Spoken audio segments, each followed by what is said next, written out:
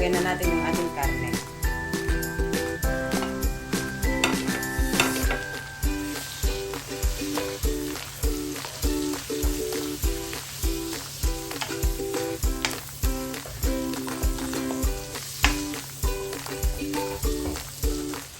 Lagay na po tayo ng paminta.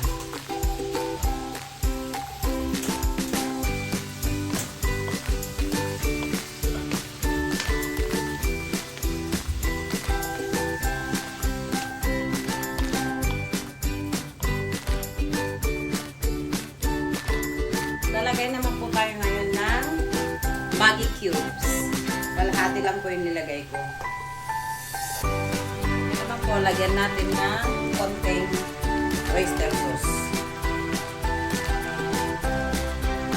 Siyempre, soy sauce na rin po lagyan natin.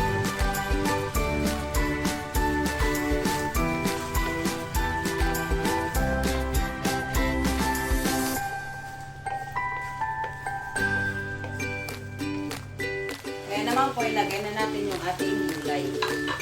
Pagsabayin ko na itong ating beans at saka carrots.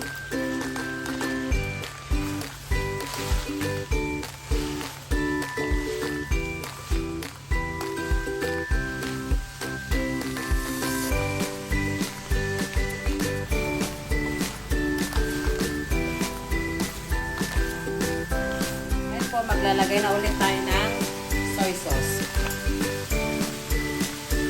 Tansyahan na lang po kasi depende naman sa inyo kung gaano kadami yung inyong gusto. Hindi ako masyadong naglalagay para mamaya kung kinakailangan mag-adjust, mag-adjust po tayo. Ngayon naman po, ilalagay na natin yung ating cabbage.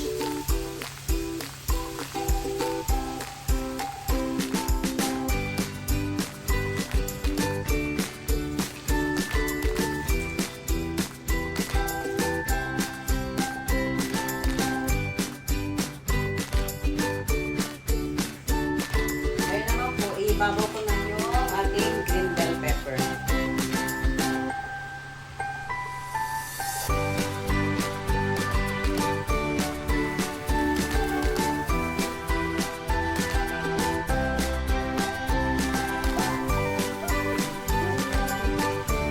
Ngayon naman po, maglalagay ako ng magic sarap.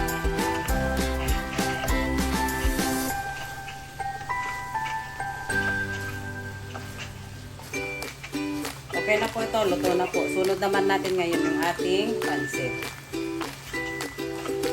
Sa pinaglutuan natin ng ating gulay, naglagay lang po ako ng mainit na